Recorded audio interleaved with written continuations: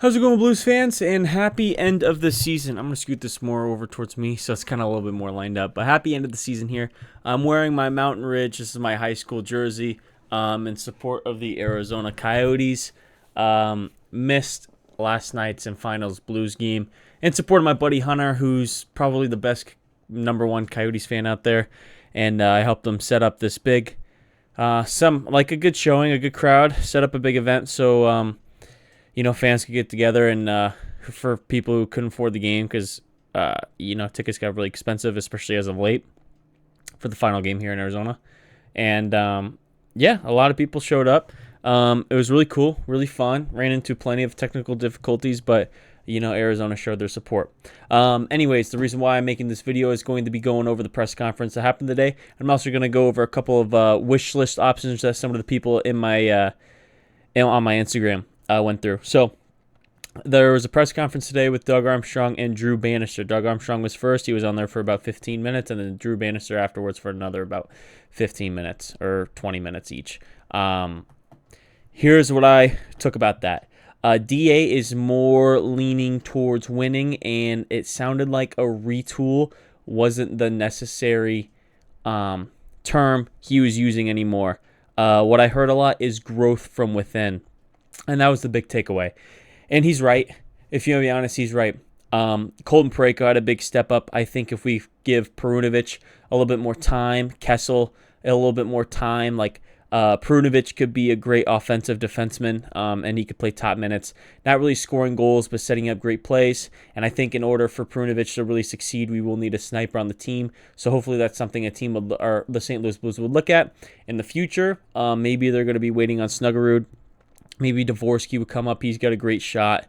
Kyrou maybe will be a little bit more of a shooter, but Perunovic cannot shoot the puck. He's more of a passer, and he's really, really agile on his skates. I think giving him more time and seeing growth from him would be huge for the team. Parayko, obviously compared to the last season also, he brought this up, played like a true number one, led the league in block shots. It was a huge stuff from Colton Parayko, who was once the most hated player on the team and now one of the most beloved. So that was huge to see from Parayko. And still with defense, growth from within, Matthew Kessel. I feel like Matthew Kessel in the top four played absolutely fantastic. A really, really, really safe defensive D-man. Was always smart, little chips off the boards, always got a stick in there, played the body.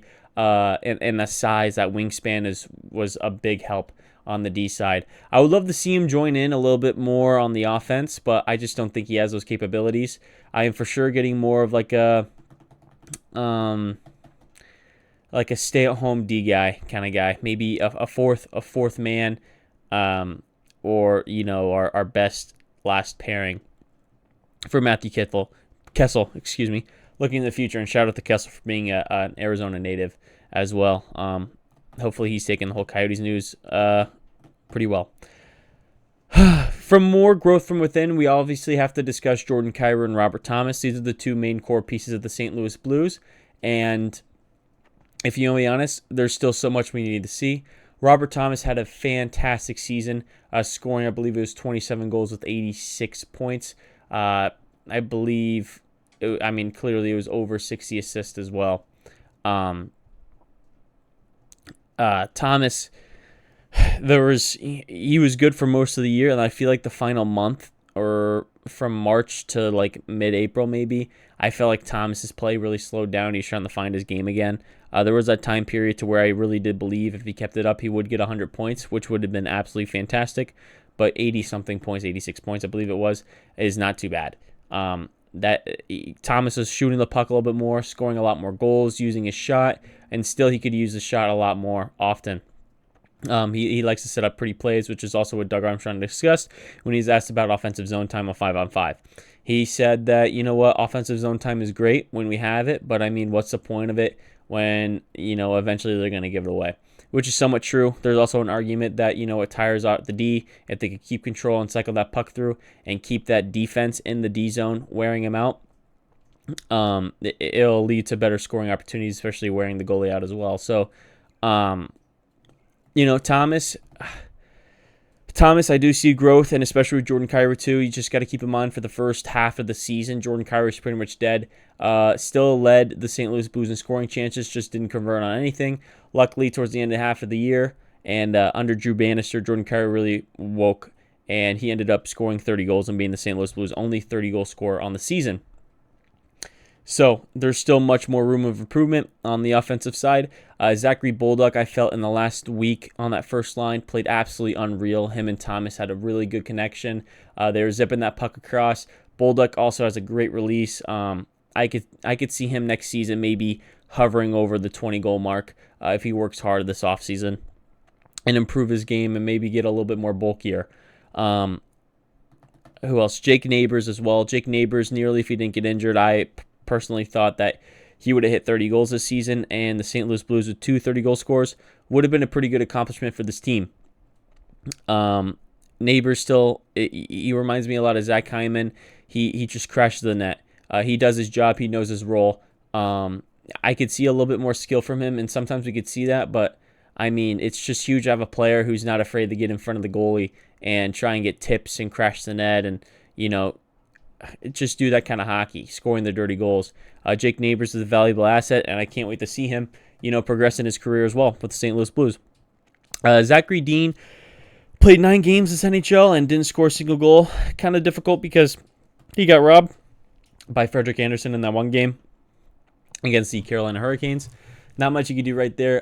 Dean, I saw flashes of some good play. I believe he could eventually play in the NHL. I don't think he's there yet. I think he may need 1 or 2 more years in the AHL before he could get there. But, I like the speed. You could tell by the way he skates and his puck handling. He's got some skill to him. He played a really safe game, chipping it over, getting after it, using his speed to establish a forecheck too. A couple of few turnovers, here and there from Dean. But this is his first 9 games in the NHL. You can't really expect much. But I thought Dean looked promising.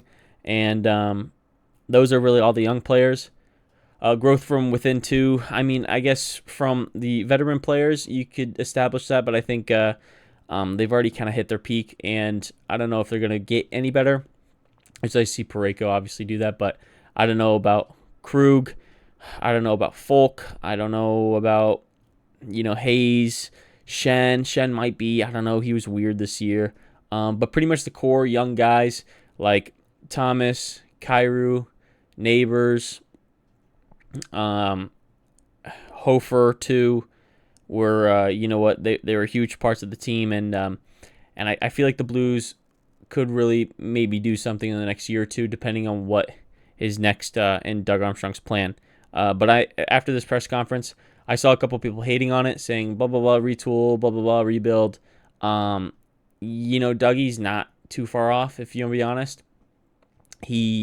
He and the Blues are somewhat almost there. And he did bring up that he was expecting a little bit more, maybe third in the division, but was expecting Scheifele and Hellebuck to get traded. And then potentially if that happened, we would have won a series against the Jets. Maybe they played better against the Sharks. Anything could happen. One win could lead to another, and you never know. So, it didn't quite meet Dougie's expectations, but if from my own point of view, it exceeded mine. Drew Bannister eventually came on. He was pretty much talking about how he had a personal conversation with different players on the team. He said he thanked the leadership core, which was Falk, Parayko, Thomas, and Schenner. Almost forgot the captain. And you know what? He really felt welcomed. DA also said that Bannister is going to be one of the top leading candidates to be the next head coach next season, which I don't think is a bad idea. Though DA did say that he wasn't huge on puck possession, I would love to see a coach kind of establish a team and somewhat more of a system with puck possession and like a better forecheck, forcing bad plays, because I felt like the Blues were really they were missing that. But yeah, I wouldn't be opposed if Bannister came in as head coach yet again. He said he had plenty of talks with Jordan Kyrou, which I think may have been another big reason why Kyrou kind of turned it around as of late. I mean, he literally got booed on home ice and then kind of woke up from there. DA also was questioned about Pavel Buchnevich and his future. He said he's for sure going to talk to Buch's camp, but he kind of made it seem like he understands it's going to be a difficult task. because he just needs to convince Pavel Buchnevich about the roadmap for the St. Louis Blues and what is that going to be. Are they going to be a winning team? Is Pavel Buchnevich really wanting to win a Stanley Cup? I assume so, and that's what Dougie has to sell to Buchnevich, and then they have to come to an agreement, money term. But you know what? One step at a time. It's a long off season for the St. Louis Blues, considering they missed playoffs. So lots of time, and also it's going to be next off season when Pavel Buchnevich is really a free agent. So we'll see what happens. I don't know. I don't know what happens with that. Part of me wants him to be re-signed. Part of me wants him to be traded for better assets, but also at the same time, in Doug Armstrong's plan, he wants to be competitive as well. So, now that was pretty much honestly the recap of the press conference right there. And I'll talk about a little bit before I go into the wish list from St. Louis Blues. I'll talk about maybe some key points of the team that I want to address and focus on for the future. Obviously, late in the year, the Thomas Schenn Bulldog line was great. Buchnevich, Kyrou Saad line was pretty good as well. Saad coming up clutch a lot. I would love to get a real number 2 center though. Schenn, no. Buchnevich is there, but I just don't see him as a center too much because I don't think, face-off wise, he was the best. If only we did have Ryan O'Reilly still, that would have been awesome, and we probably could have afforded him. Kevin Hayes ended up not being that, potential number 2 and solid number 3 center for the St. Louis Blues either. He may improve in his second year with the Blues just because it will be a contract year for him. And, he's kind of used. He had a season, an off season in St. Louis. I assume he's living there and hopefully enjoying his time. So maybe he'll be a little bit better, but I would love to get a second line center. Imagine you got Kyrou, Buchnevich, Thomas, and then you're going to have maybe like a Bolduc, Neighbors, and like a Stamkos. I don't know. You know what? That's just a name that comes up, but a real number 2 should be coming, I hope, soon. Maybe the St. Louis Blues are going to be waiting for Dvorsky and going to wait until training camp to kind of do something about that, just because Dvorsky, I think, as of late, and watching him play in the OHL this year, really has number 2 center potential. The kid has an absolute piss missile of a shot on him. So lots of options for the Blues as well. As for the defense, it's tough because we have a good amount of contracts locked down for a long time with a lot of money. And I do believe we do need to make some moves to where we could open up those future guys I was talking about earlier, like Kessel and Perunovich. I would love to see Perunovich top minutes with Parayko. They had a couple of shifts this season, especially late. I thought it was pretty good. And Perunovich, I hope he continues to grow because he could be pretty solid. Same with Matthew Kessel, a great defensive defenseman, I feel like, really showing his potential. It's not going to be absolutely unreal and one of the best, but he could be a great asset for the St. Louis Blues moving forward if they want to continue to win. I'm looking at Falk, Leddy, Krug, and I feel like the odd man out is going to be Torrey Krug. Nick Leddy I do like a little bit more just because of his skating. Sometimes he can really relieve pressure from the forechecker from the opposing squad just because he is such a strong skater and he's tight turns, really agile, and he uses that a lot. Sometimes when the forechecker beats him there, he does get caught and turning the puck over along the boards, but as soon as he gets out of that pickle, he's gone, and it really helps because then it's going to be a 4-on-2. I see a lot the other way. Blues don't necessarily score, but a lot of those times it's going to be from Nick Leddy. So Leddy, I'm down to keep, though he's questionable, especially at $4.5 million. Justin Falk, I personally, if it were me, he might have been the odd man out. Absolute terrible year. Got injured. Only scored about 3 goals the entire season when he averages maybe around like 10 to 12, maybe even 15 on a good year. Falk, bad year, $6.5 million. I just didn't really see any good point from Justin Falk this season. If it were up to me, he would be the odd man out, but also at the same time, it might be a little bit more tough because he does have an A, and he is a part of the leadership group with the St. Louis Blues. So that just makes it a little bit tougher in my eyes, coming from, a management staff, a locker room standpoint from the St. Louis Blues. Trading away one of the bigger leaders in the locker room is not too great. So I don't know if they would really get rid of Falk, and that leaves Torrey Krug. There's already rumors about Torrey Krug getting traded, and almost was traded for Travis Sanheim last offseason, which would have been a great deal because Sanheim had a great year. And that probably could have boosted the Blues at least to a playoff spot, maybe. But you know what? You never know. Krug, again, with an off year, only scored like 2 to 3 goals this year, and maybe, honestly, 1 goal if it weren't an empty netter, which is tough. But Krug would be the odd man out. It's just you need to find a team suitable for him. Luckily for the St. Louis Blues, they do have an opportunity to do something, considering that the Arizona Coyotes are now moving to Utah, and I assume that they're going to want to spend to the cap. The Utah owner is going to be really active and wanting to be a competitive team right off the bat. So maybe they'll take a contract of a player who has potential to be good, a veteran presence like either Falk or Krug. Those are the 2 players I'm looking at to add some offense. And, they're not bad players. They're not terrible. I just don't think they fit the St. Louis Blues right now. Clearly I will hate on them because they had off years, but that's not everything, right? So both of them have, pros and cons. And I feel like if I were the Utah Soakers or whatever they're going to call themselves, I would look to the St. Louis Blues and maybe pick up a player. Maybe they pick up Kevin Hayes too. There's plenty of options with the Blues that they could pick up just to get to the cap and spend all that money. Not wasted money either, because these players also have high potential to be clutch in moments. What else? Goaltending, keep this goaltending tandem. The best goaltending tandem in the league, besides maybe Olmark and Swayman. Like, seriously. Jordan Binnington was second in goals saved above expected with 30 goals saved above expected. Absolutely unreal. He had a winning record this year, had a .913 save percentage, I'm pretty sure. Bailed the Blues out on multiple nights, multiple occasions, and got us a victory when we probably didn't deserve it. Binnington was fantastic. And Joel Hofer, I felt like at the start of the season was a little bit rough, but he ended up forming to be a good goaltender and showed plenty of potential. He was also top 15, I believe, in goals saved above expected as well. And Hofer at times, so good. Made some great saves. Sometimes I feel like he's a little bit more jittery in net. Binnington kind of has that calmness to him. Hofer, I feel like, has a little bit more of unnecessary movement. And if he could kind of, get a little bit more calm like Benner does, I feel like Hofer could be the next starting goaltender of the future for the St. Louis Blues. And hopefully for the rest of his career, because he's got the size, he's got the height, and he's got Charlie D'Amelio. So Hofer is for sure one that I'd love to keep around and has so much potential.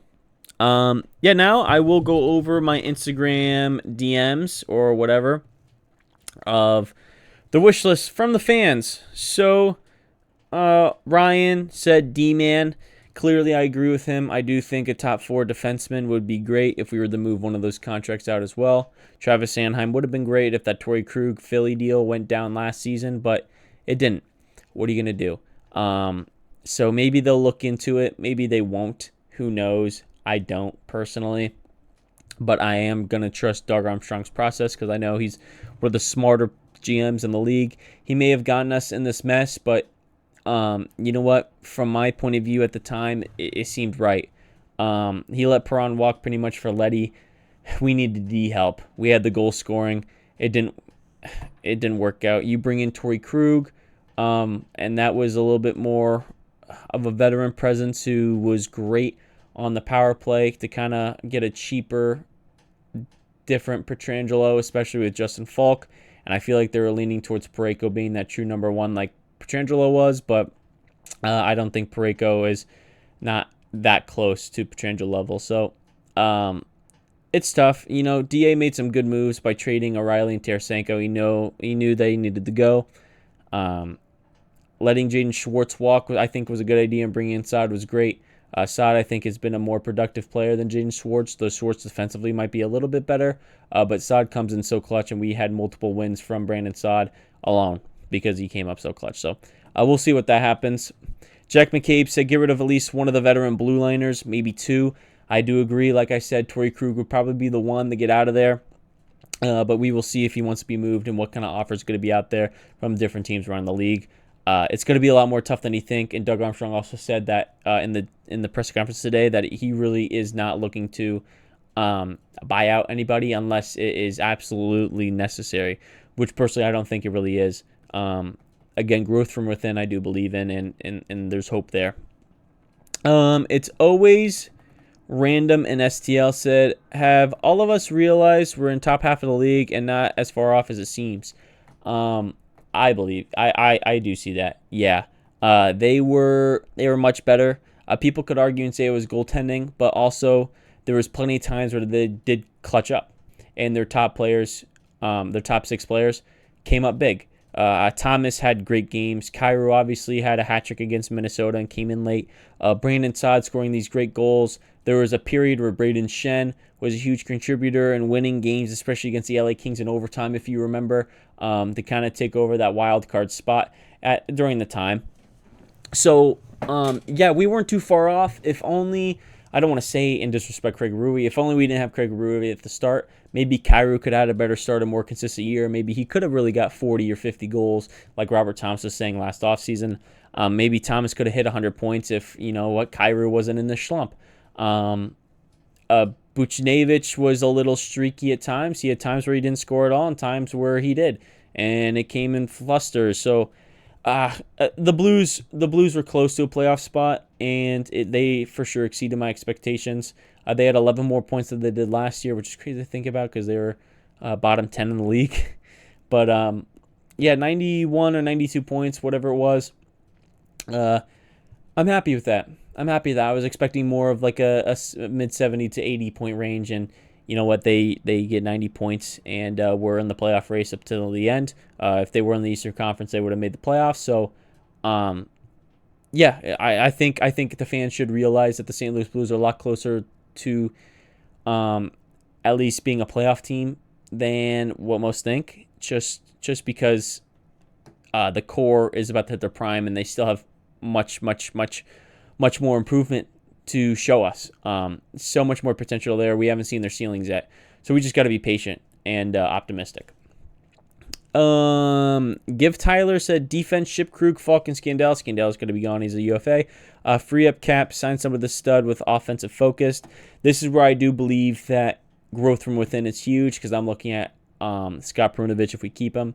Scott Perunovich is the guy, growth from within, to give us a more of an offensive focus, setting up goals, using his skating and getting away from pressure and, generating opportunities for St. Louis Blues. But I do believe one of the 2 D guys, like I said, should potentially be looked to be moved and free up some cap space so St. Louis Blues could have a little bit more flexibility to replace them with maybe a cheaper, younger, or more efficient option, because those 2 guys right now, I don't think it's working too well, and I don't think it will work towards the future. They're kind of getting to that point to where they're getting really old, and they're going to become a burden on the St. Louis Blues coming up soon, I believe, at least. Brocato said David Carly, however you say his name. I agree. University of Denver's head coach, 2 national championships in the last 3 years. The dude's a winner, and I would expect the Doug Armstrong to at least reach out to see if he's interested. Because there's going to be plenty of other teams who are really looking to get a head coach as well. You have a lot of coach firings this offseason. Maybe Edmonton, since they fired Jay Rootcroft at the start of the year. Maybe they look to replace their current interim. You got the Blackhawks, they kind of suck, and maybe they get someone more with a little bit younger experience in there to help the players. The Minnesota Wild, they fired Dean Evison. Maybe they look to get someone who, could help us still with their young players as well. So we'll just have to wait and see, because I don't know personally. Luke 34 said trade for Martinichis and sign for a good defense, maybe even trade for Chychrun. Not fully on with trading for Chychrun just because defensively I don't think it's all there, but offense is there. If we were to trade for Chychrun, I would believe that Scott Perunovich is going to be in that deal, and he should, because I don't believe Chychrun and Perunovich and Krug should all be on the same lineup. That's absolutely silly. If you're going to get Chychrun, you're going to have to either get rid of Krug, which I hope is the case, or get rid of Perunovich, which I would assume would be a part of the deal. And we also have to make money space for that to happen. Nietzsche is going to be an RFA coming up, so he's at $3 million right now, and he's been gradually getting better each year. This last trade deadline, I did suggest that Martin Nietzsche would get traded for Pavel Buchnevich, which I thought would have been great, but it seemed that the Carolina Hurricanes had their eyes on Jake Gensel, and they got that deal done, and I believe it worked out for them because Jake Gensel's been awesome. So we'll see if we really get away with getting Nietzsche and Chychrun. I doubt it, because I don't think there's going to be that many moves this offseason. They're going to draft their first-round pick, maybe get rid of one of the guys, and bring in one. I really think there's going to be very minimal moves this offseason for the St. Louis Blues. Catherine said a new head coach signed a defensive player and also extend Bucci too. I agree. A new head coach. I do like what Bannister has done coming in at Berube. He was put in a tough situation. He made the best of it. The Blues had a winning record under him and really were fighting for a wild card spot when I didn't believe they should have been. He gave the boys fight, some heart, and just went to work. They had their streaky times where they would win. They go on a run. Then they blow it against stupid teams. But that is also a leadership thing as well. So what are you going to do? On to Gerard said 7 years of $4.5 million worth of contract back. That'd be awesome.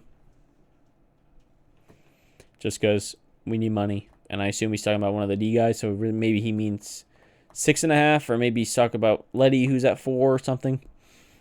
I don't know, but I assume he's talking about a D guy. So I agree. The end of Country Roads. I agree. I did like it a few years back when we did it. I thought it was awesome in the third period, but now it's kind of getting sick. And, moving on to something new would be awesome too. That time of the St. Louis Blues is gone. We're in a new era of the Blues right now, and I think it's time for something new. And then Carson Lebeg said Brady Tkachuk. He would be an option, but I don't think he's as good as everybody thinks. The cost for him will be a lot, and that's a lot of money for the St. Louis Blues as well. Mark Smokes Cigars. He said a coach that can handle young players and young players ready to listen and learn. Yes, this is why David Carl, whatever, is big on my list. Brinsky said that Doug Armstrong will pick a direction, rebuild preferably, so we aren't mid every season.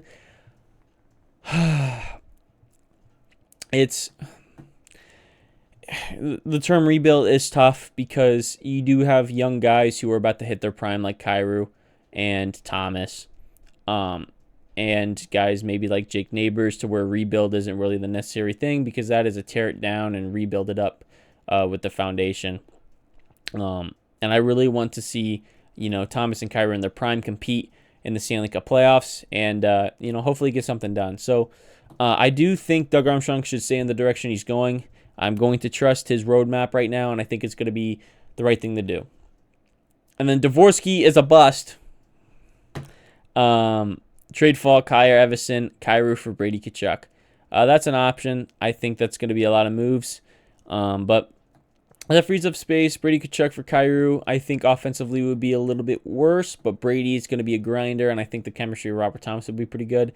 Dean Evison, he's a great coach too. He's a smart mind, but there's also going to be different teams around the league.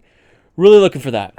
And I believe, honestly, if I refresh this right here, that's going to be all. I hope everybody enjoyed the video. I will be going more over in-depth Blues analysis on the season and giving each player a certain grade for their season based off of expectations and what they did on the previous season as well compared to this one. I already have a pretty good idea of what's going to be graded with certain players. But I would love to get in there and look at the statistics a little bit more to give you guys a better outlook on everything. And also, I'm going to dread this because I have school, but school ends in like a week for me, and then it's summer vacation. Unless I feel like taking summer classes, which I might, just so I could get college done with. But yeah, the draft.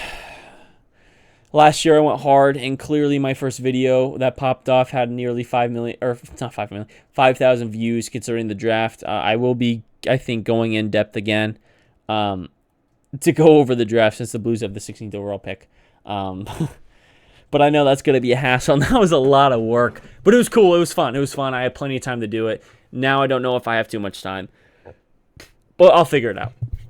Anyways, Blues fans, I'll see you guys again soon. Make sure you follow me on Instagram at BlueLouBlog on Instagram. Same with Twitter. I don't really go on Twitter that much, but I do scroll a lot. Again, shout out to the Arizona Coyotes. It was honestly great having you out here in Arizona. And I don't know what hockey would have done without the Coyotes out here. Arizona hockey is a growing area, and I do believe and hope that the Arizona Coyotes will come back in the next few years with an expansion team. And that is me wrapping up this whole DA press conference, what I think the Blues could potentially do in the future, what our needs are, and going over the wish list from the fans. I appreciate everybody for tuning into this video. I hope everybody has a fantastic day, and I will see you all again soon.